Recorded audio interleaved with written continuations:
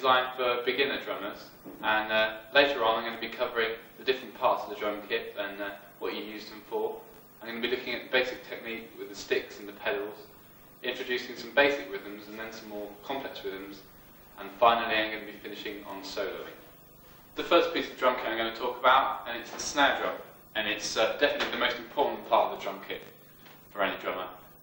It's originated in military drumming, and it's usually made of wood or metal, about 6 inches deep by 14 inches in diameter. It's got a head or skin on the top and the bottom, and across the bottom head is these wires which, when you push down the lever, they stretch across, which means when you hit it, you get a snapping kind of sound. Heritage. You can play a lot of noticeable, recognisable things on it just on its own.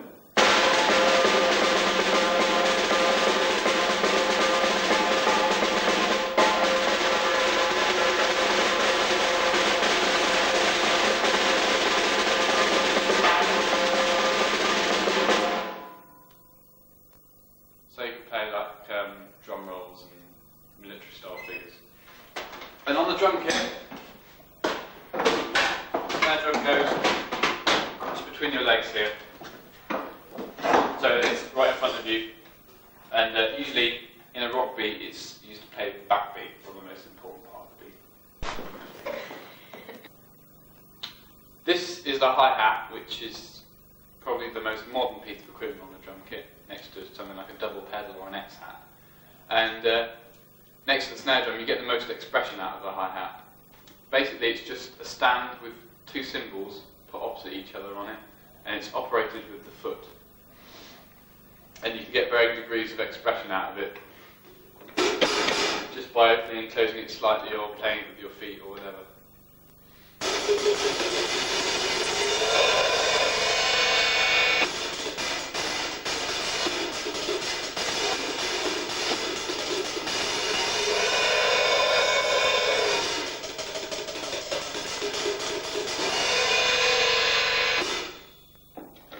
In the drum kit,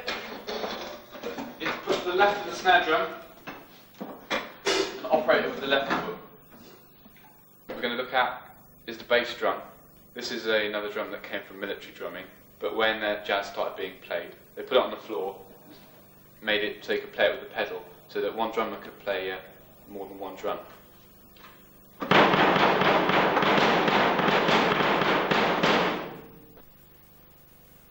Next we're going to look at the cymbals. Basically the cymbals on the drum kit that I'm using are a ride cymbal and 2 crash cymbals. The ride cymbal is used in jazz and rock music to play the subdivisions of the beat, the more complex parts of the beat. There's 3 places you can play a cymbal: on the edge to crash it, on the surface to ride it, and on the bell cymbal, the bell part of the cymbal, to play the more unusual sounds.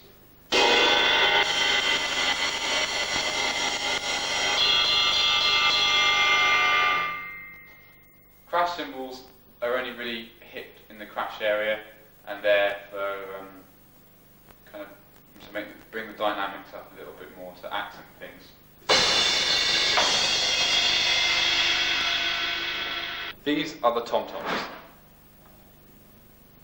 They originate with African music, and usually before the war, let's say, there was only ever 2 tom-toms on the drum kit, and it's only with heavy metal in the 1970s that they've got the multi-tom setups that you get today. Tom-toms are used mostly in fills and solos, and you can get a good variation of sound from them, and some unusual effects and things.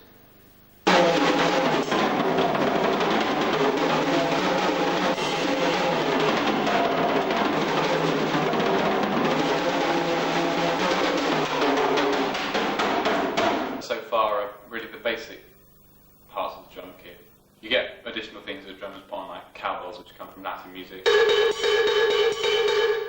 And they're just additions to the drum kit to make it sound a little bit more varied. And other things you can put on the china cymbals, splash cymbals, X-hats, double bass drum pedals, electronic drums, or whatever, makes a decent noise, really. Right, now we're going to look at some stick technique. And I'll point out a few, ways of rolling the stick and some exercises which help you with your hand technique. Basically, the hand should be in a relaxed position, like that. Just put it between your fingers and your thumb. Make sure that the 3 back fingers are clutching hard on the stick. It's not so important that you hold on with your forefinger. A lot of drummers just play with their forefinger, which is wrong. That should be the most relaxed part of the hand. And a motion should be all from the wrists and forearm, with a little bit of fingers. You shouldn't really use the arm as much as you can. It should be just basically wrists. So a single strike on the drum is.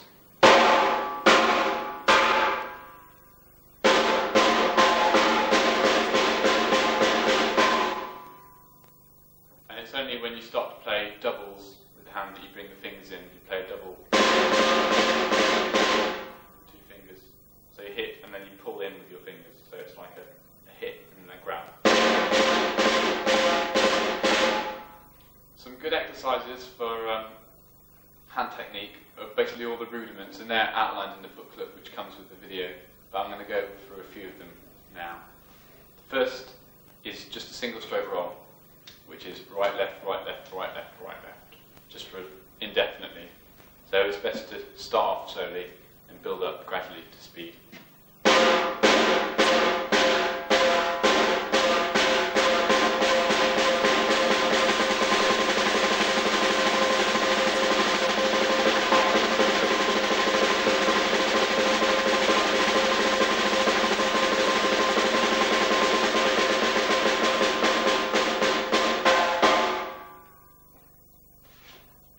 Try and work in playing rim shots for different dynamics, building up. Try and play it softly and try and play it hard, and all different things like that. The next rhythm we're going to look at is double stroke roll, which is right, right, left, left, right, right, left, left, right, right, left, left, indefinitely again. This is probably the hardest stroke to play on the snare drum, or any part of the kit. But when it gets up to speed, you've got to start using your fingers. And you just have to try and practice this, really. There isn't any fast way of playing double stroke rolls. So again, start slowly, just using the wrists, and then when there gets to be a point where you start feeling uncomfortable in your wrists, try and use your fingers.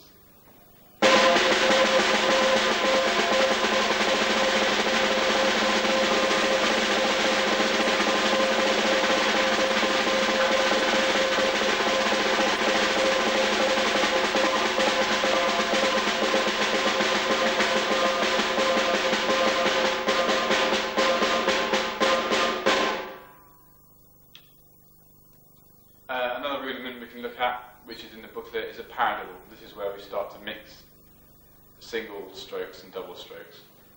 So the basic paradiddle is right, left, right, left, left. And this is a good one to practice, just to get used to playing singles and doubles together.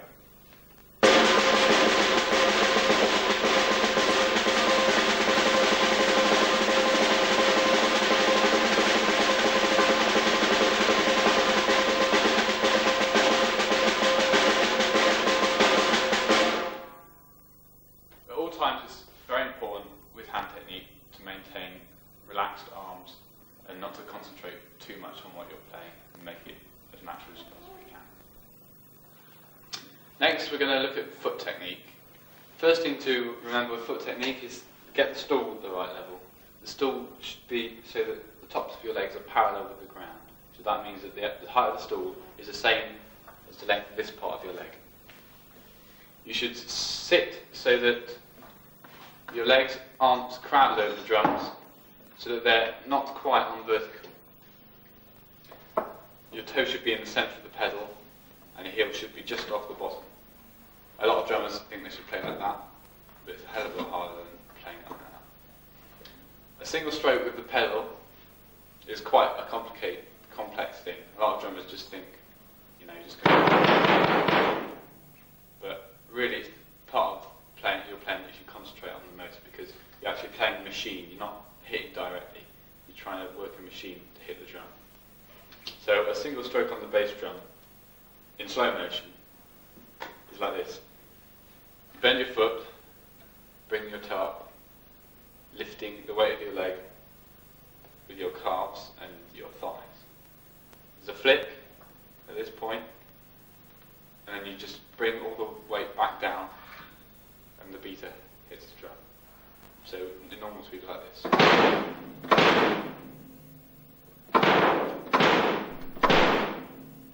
You should try really to have the beater coming off the bass drum so that it doesn't bury itself in, but that's almost impossible to do. Basically, you should work for it ideally, and if you can do it, then that's good, but if you can't, don't worry about it.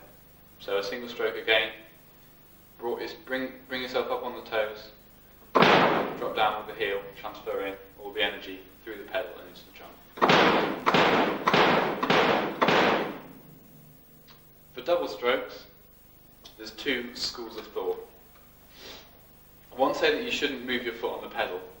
You should bring your foot up as normally, play a tap with your foot, and then drop again. So it looks like this. So you bring your foot up as you would to do a single stroke, tap with your foot, and then bring it down again.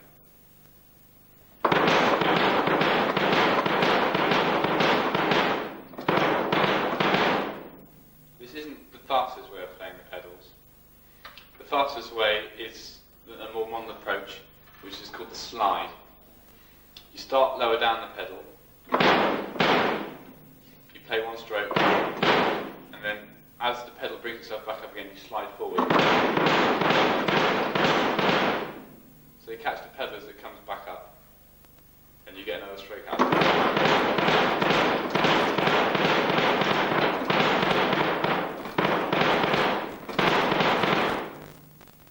This you use for a lot of the roughs, where you play it onto the tom-tom.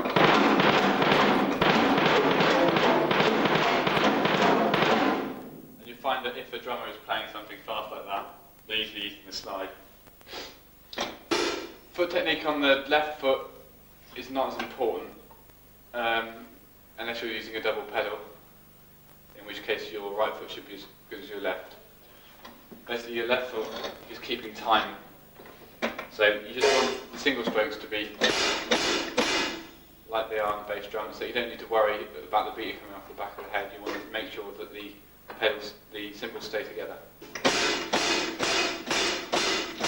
Basically, you want to be able to play it fairly rapidly.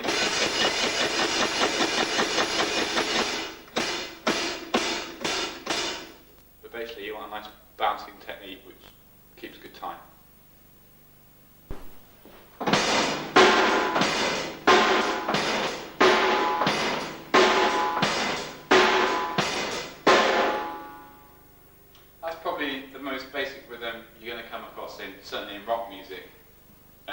rhythm that you've already tried to play. It's played on, 100% of all records, really. And it's this a basic obstacle that you've got to overcome before you can become, a real drummer. The basic parts of it are the bass drum part, the snare drum part, and the hi-hat part. The hi-hat part is very simple, like the rest of it. Basically, you're just playing 8 beats to a bar. What I'm trying to do is I'm trying to accent the every other beat, starting with the first one, by playing the edge of the hi-hat and all the in-between beats with the tip of the stick.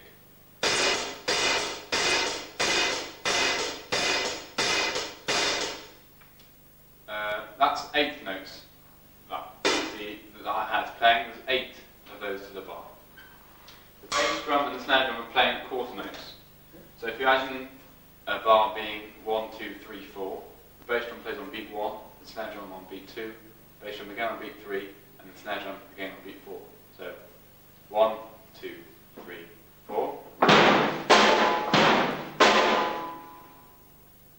It's a very simple beat. The hard part is trying to make your limbs play different things. When you're first playing a drum kit, that's the hard part to overcome, so that your right hand doesn't necessarily play what your right foot is playing, and vice versa. So basically, you just have to practice going.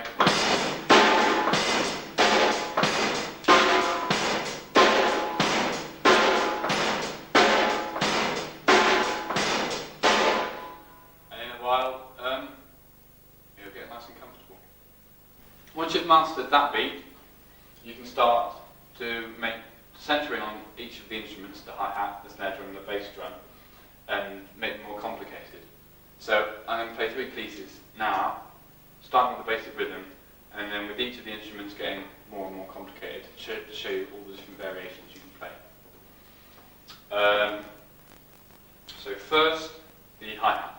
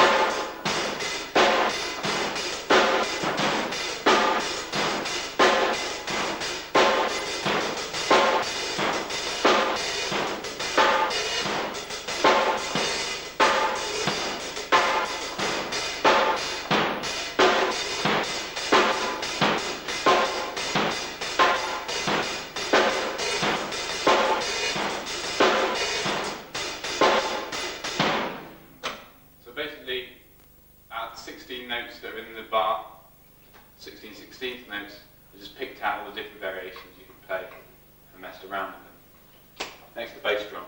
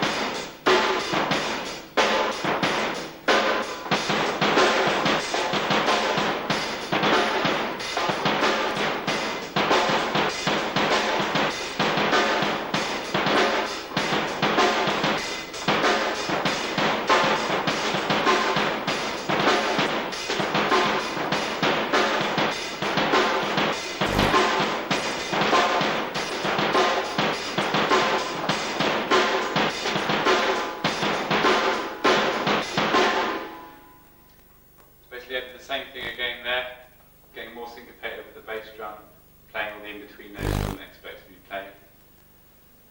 And now I'm going to do the same on the snare drum. And I have to warn you that you might kind of lose the beat somewhere in here because I'm playing some quite syncopated things.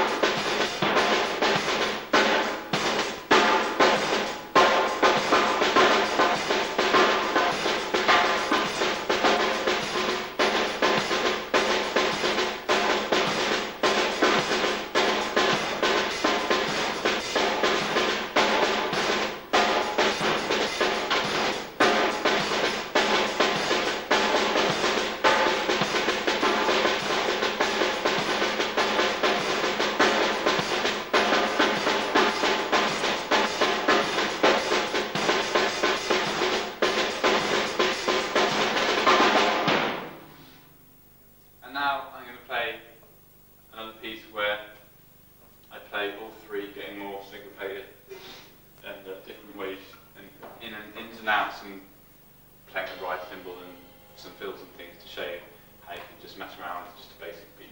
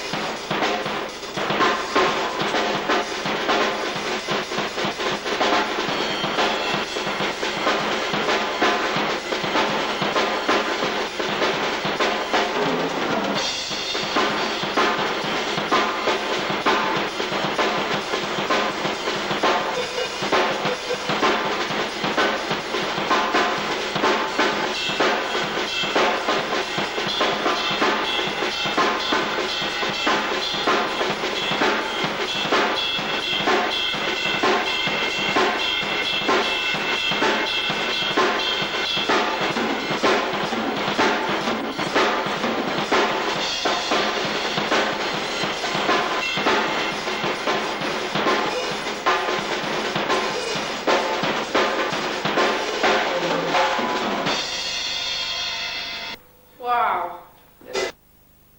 Right, now I'm going to look at some more advanced rhythms that you may see drummers playing. The first one I'm going to look at is it's called the 16th note hand-to-hand rhythm. This is where you play 16 beats per bar on the hi-hat as a single stroke roll, so it's right left, right left.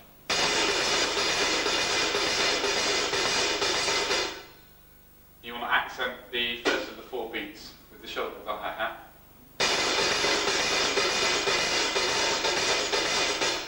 For every other beat, bring the right hand across onto the snare drum to play the back beat as you would in a normal beat. So it sounds something like this.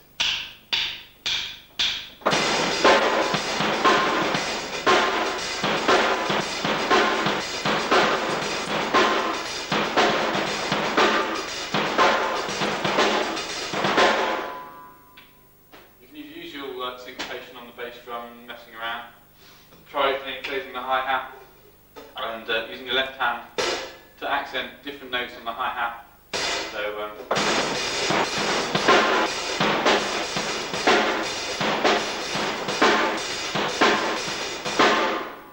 and also you can bring the left hand across onto the snare drum. And this is quite quite tricky, and play some syncopated dance beats kind of things.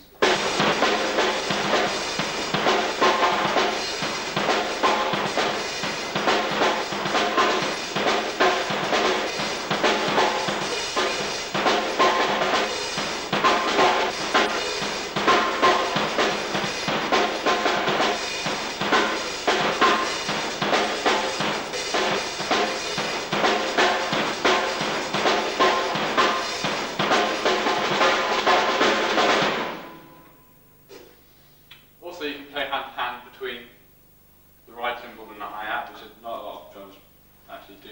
I prefer to change my left hand to traditional grip to do this.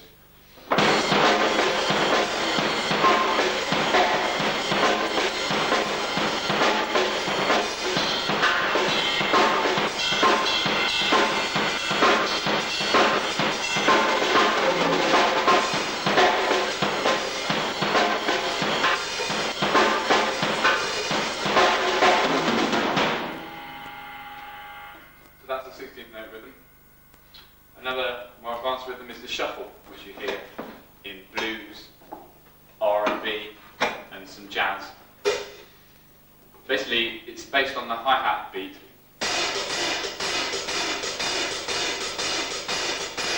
And they're called swung eighth notes.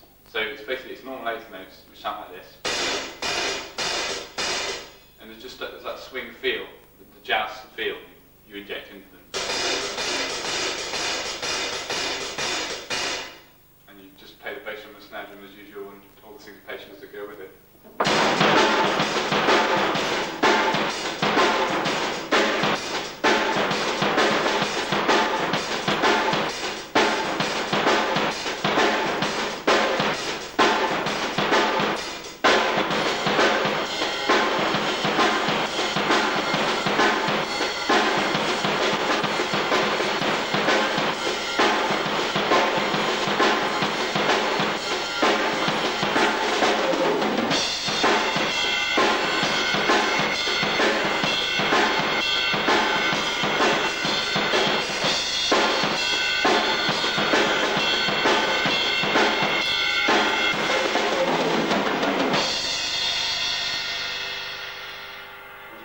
Another beat that's based on a jazz feel or a triplets feel is basic blues 3/4 rhythm.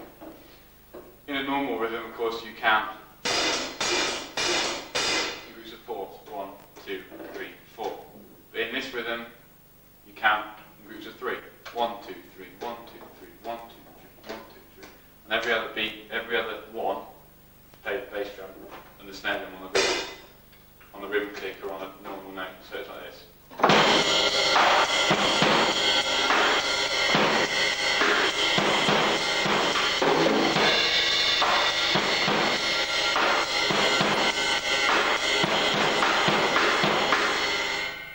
you can basically make that as complex as you can. In jazz, a lot of the time, you make that an extremely complicated beat. So try and do the usual simple up to complicated thing again.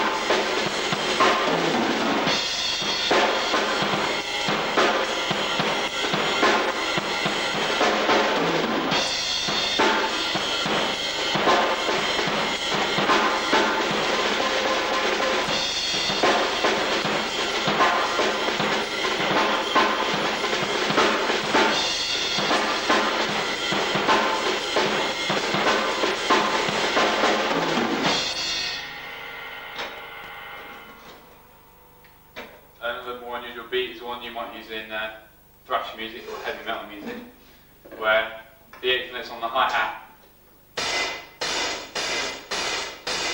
the bass drum and the snare drum become twice as fast.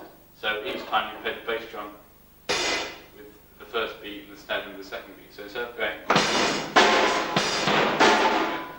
you go.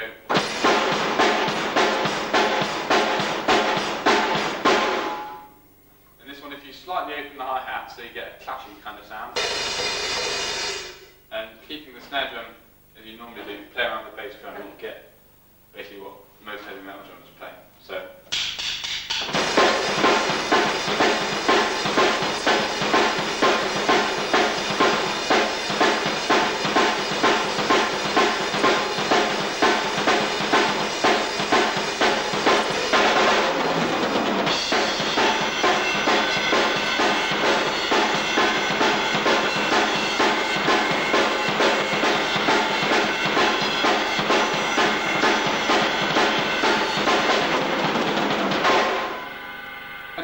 About solos. Beginner drummers seem to be fascinated by the great solos of drumming history, and really want to be able to play these great big long 15-minute solos like Neil Peart does, for instance. Really, I think for any drummer, unless you're playing a gig where there's lots of drummers in the audience who are going to go coo when you start playing a solo, it's a little bit of a waste of time to spend all your time practicing solos. If you're going to play a solo, it's best to just take out a break in a song, keep the bass line and the guitar going, and just mess around, really. There's no point in having a stop in between a song where you do a long solo, because the audience is just going to get bored. And it's a bit of a waste of time. If you are going to play a solo that is outside of a song, if you're doing a competition or an audition, or if you're at a gig where people are going to be interested, it's best to think of the solo not as a way of showing off all your licks and how good your technique is, but to try and play a piece of music. So just as a musician would compose a piece of music with an A part and a B part and a coda or whatever, and different themes that you keep going back to and you mess around with. Think of the drum solo as being like that. So keep a theme that is a recognisable beat or melody part on the tom-toms, and build on that, really. Make it go up dynamically, make it get more complex, so that it's more interesting. There's some kind of hook rather than just having a free-form solo.